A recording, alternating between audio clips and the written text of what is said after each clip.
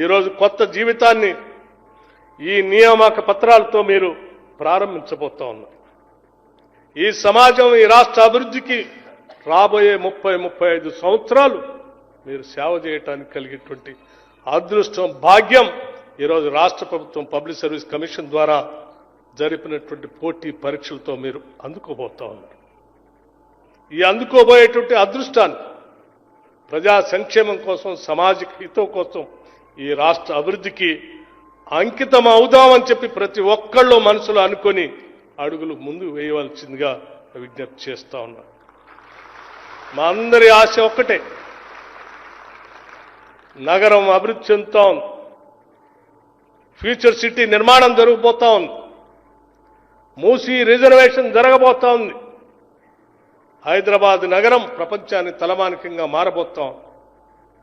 Rising Telangana కేవలం ఈ దేశంలో ఉన్నటువంటి రాష్ట్రాలతో కాదు, ప్రపంచంలో అభివృద్ధి చెందినటువంటి అన్ని రాష్ట్రాలతో పోటీ పడే స్థాయిలో ఈ రాష్ట్రం ఉండాలని ఈ రాష్ట్ర ప్రభుత్వం ఆశిస్తా ఉంది.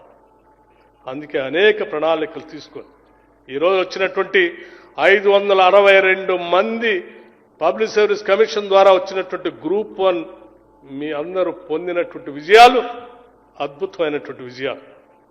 ఇది ఇంతటితో ఆగేది కాదు, ఇది ఆరంభం మాత్రం. ఇప్పటికి 60,000 ఉద్యోగాలు ఇచ్చాం.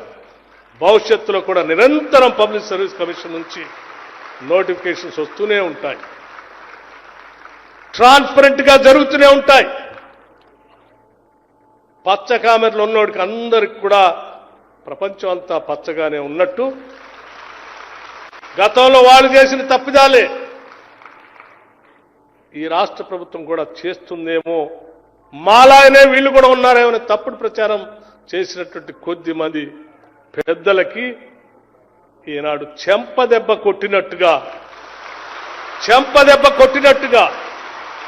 నేను పదే ఉటంకించాను.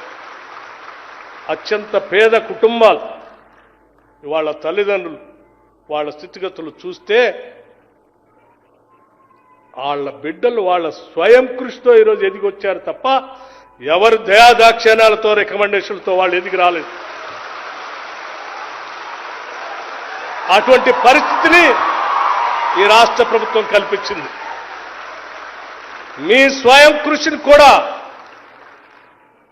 ఆనాటి పాలకులు అపహాస్యం చేయడం కోసం ప్రయత్నం చేశారు. దాన్ని తట్టుకోలేకనే ఈ ముఖ్యమంత్రి కమ్ వాట్ మే అడుగు వెనక్కి వేసేది లేదు, ఇచ్చిన మాటను తప్పేది లేదు. నిరుద్యోగ యువతీ యువకుల కోసం మనం మొదలుపెట్టినటువంటి ఈ సంకల్పం, ఈ యజ్ఞం ముందుకు నడవాల్సిందే. అనేక మంది ఈ యజ్ఞ క్రతువుని రాక్షసుల్లాగా వచ్చి విచ్ఛిన్నం చేయటం కోసం ప్రయత్నం